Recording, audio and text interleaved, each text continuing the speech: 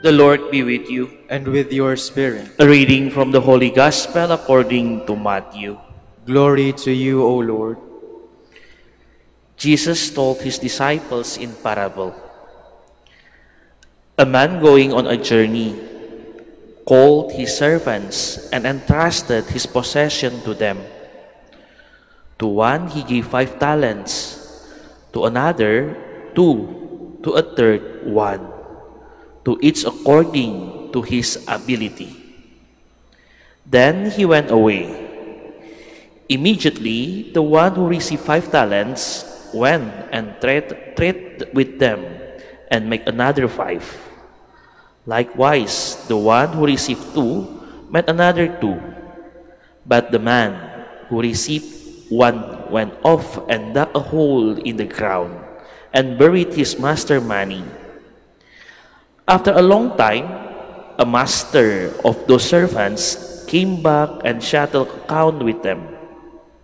The one who had received 5 talents came forward bringing the additional 5. He said, "Master, you gave me 5 talents. See, I have made 5 more." His master said to him, "Well done, my good and faithful servant. Since you were faithful in small matters, I will give you great responsibilities. Come, share your master's joy." Then the one who had received 2 talents also came forward and said, "Master, you gave me 2 talents, so I have made 2 more." His master said to him, "Well done, my good and faithful servant. Since you were faithful in small matters, I will give you great responsibilities. Come, share your master's joy." Then the one who had received the 1 talents came forward and said, "Master, I knew you were a demanding person, harvesting where you did not plant and gathering where you did not scatter. So out of fear I went off and buried your talents in the ground. Here it is back." His master said to him in reply, "You wicked, lazy servant, so you knew that I harvest where I did not plant and gather where I did not scatter. Should you not then have put my money in the bank, so that I could have got it back with interest on my return? Now then, take the talents from him and give it to the one with 10.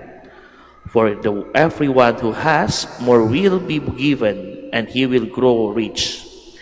But from the one who has not, even what he has will be taken away. And throw these useless servants into the darkness outside, where the wail and wailing and grinding of teeth." Brothers and sisters, the Gospel of the Lord. Praise to you, Lord Jesus Christ. Please be seated. These past 2 years, I worked in the school in the Letran, Manaoag, and I've always encountered with the student. And especially during we have activity or event, sometimes I talk with some students. "Hi kapatid, next time ikaw yung kumakanta ha." Or another thing, "Ay kapatid, next time ikaw yung sumasayaw ha." Alam mo yung respond ng mga bata, "Father, hindi ko kaya. Father, takot ako." Pero alam ko, itong bata, itong mga estudyante, kaya-kaya niya. Pero takot lang sila to express and to show their talent. Pero after we push the student, and you can see something good. Hindi mo expect yung sabi niya mahiya, takot. But when you give the floor for them, they can do something best. Meron din ako isang sakristan dito sa Minor Basilica. Sabi niya, "Father, dati takot ako sumayaw. Pero ngayon may champion siya as a dancer." Mga kapatid, mga kaibigan, minsan ganyan sa buhay natin. Alam natin may talents tayo. Alam natin the Lord give us something gift for us. But natakot lang tayo. We become the third servants who just want to keep in ourselves. We need to be grateful when the Lord give us talent. We need to be thankful when the Lord show to us something extraordinary in our life. It's not for our benefit. When the Lord give us talent, we need also to share with others. So others also learn. And so others also know. It's not because we want to become mayabang, hindi. But we want to thank the Lord, what the Lord already give to us.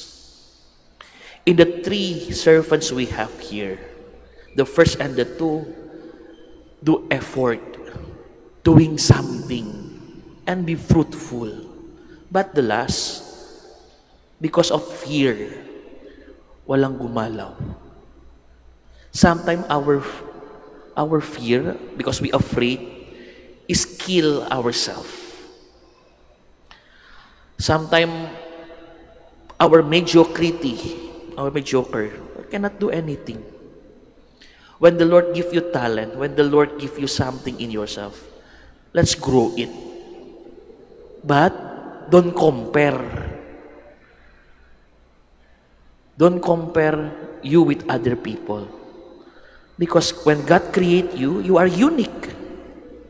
When God create you, you are the only one can do it like that. So thank the Lord for that gift. Thank the Lord for the special you can share to others. When you start to comparing what happened, we will be not grateful and just thinking others must best than us. But remember, when God create you, you are the best creation. Because the best creation, you should share the best thing in you. Don't be afraid. When I was in seminary in Santo Domingo, we are many brothers there, and each brother have their talent to work in the community. Those brothers give colors. Those brothers contribute their talent to grow of the community. When you come together with your own talent and work together, something good will happen. Ganyan sa buhay natin din. In our work, in our daily life, you share what the Lord already give to you. It's not only money you share, but what the idea, the things you can share with others. So the good things will come out. My dear brothers and sisters, first and foremost, we thank the Lord for everything He already gave to us. We thank the Lord for the talents we have. And as the gospel said, hindi lang tayo keep para sa sarili natin. Let's grow it the talents and share with others. Amen.